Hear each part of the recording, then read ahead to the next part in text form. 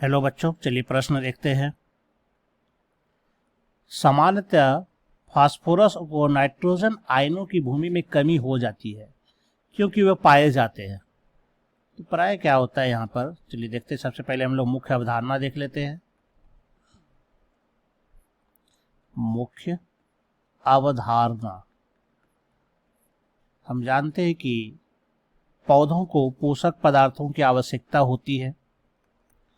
जो पौधे होते हैं अपने जड़ के द्वारा मिट्टी से अधिकांश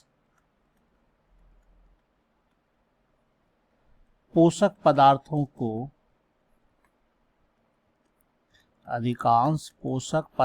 को अवशोषित करते हैं। यह सक्रिय अवशोषण हो सकता है या फिर निष्क्रिय अवशोषण। तो सामान्यतः यह देखने में आया है कि ये जो आयन है फास्फोरस और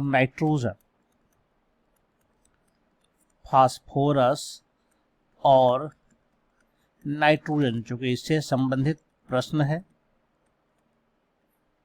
इसका भी अवशोषण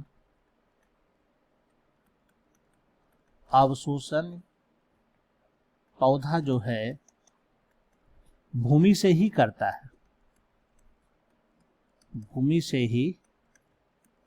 है, लेकिन कभी कभी क्या होता है, इसके आयनों की कमी हो जाती है। कभी कभी इसके आयनों की कमी हो जाती है। तो अब इसके पीछे कुछ कारण होते हैं जिसके कारण ये समस्याएं आती हैं। प्राय ये जो फास्फोरस और नाइट्रोजन है, यह दोनों जो है धनात्मक और ऋणात्मक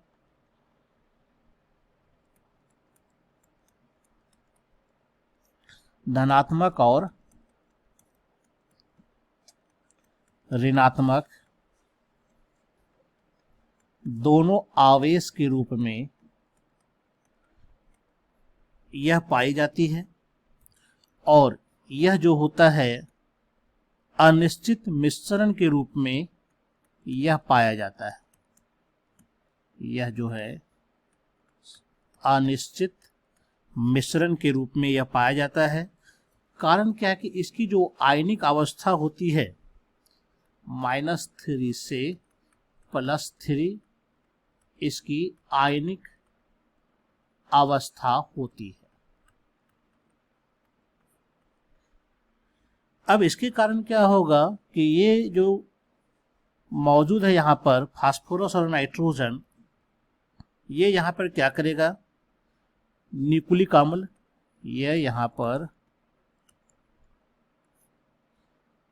न्यूक्लिक अम्ल और एटीपी, इसके अलावे प्रोटीन, इसका ये निर्माण करता है। तो इसी के कारण जो है फास्फोरस और नाइट्रोजन को संरचनात्मक